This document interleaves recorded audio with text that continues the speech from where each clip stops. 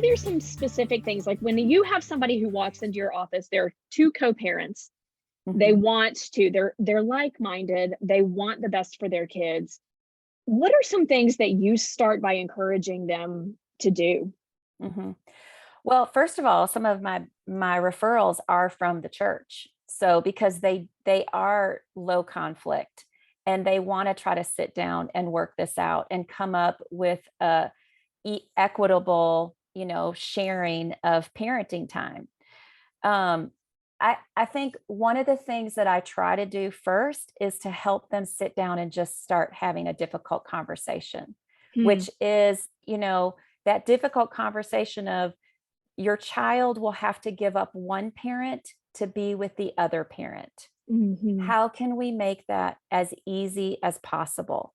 And part of that is taking care of yourself in that process so that your child doesn't have to take care of you. I Oh think that's gosh, what that's huge. it's Yes. huge because that's what I've learned after working in this with this population is that kids are so smart.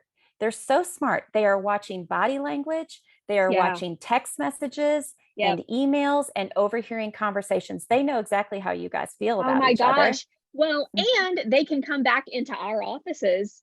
I Yep. work with teenagers and kids. They can Yep. come back to my office and recite an entire phone conversation that mom or dad had that they didn't know that the kid was listening to. So you're Right. absolutely right. They are so much more in tuned to what's going on than we want to think or believe.